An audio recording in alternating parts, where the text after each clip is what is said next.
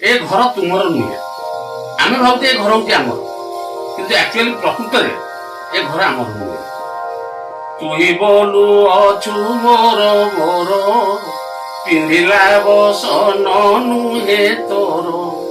ଆରେ ଘରର ଘରଣୀ ଯାହାକୁ କରିଛୁ, ସେ ତ ହୋଇଯିବ ସାତ ପର।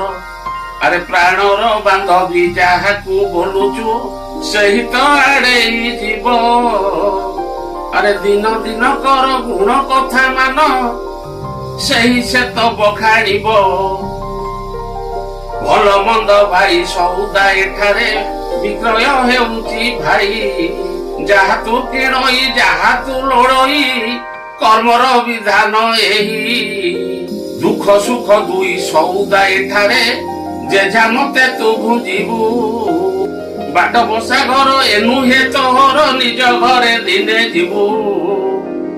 ଆମେ ଯୋଉ ଭାବୁଛେ ଘରଟା ହଉଛି ଆମର, ଦିନ ଆସିବ ପ୍ରକୃତରେ ଆଜ୍ଞା ଆମ ଘର ହିଁ ନୁହେଁ। ଆମେ ଏଠାର ବାସିନ୍ଦା ମଧ୍ୟ ବି ନୁହେଁ, ଆମେ ଏଠାର ଲୋକ ମଧ୍ୟ ବି ନୁହେଁ।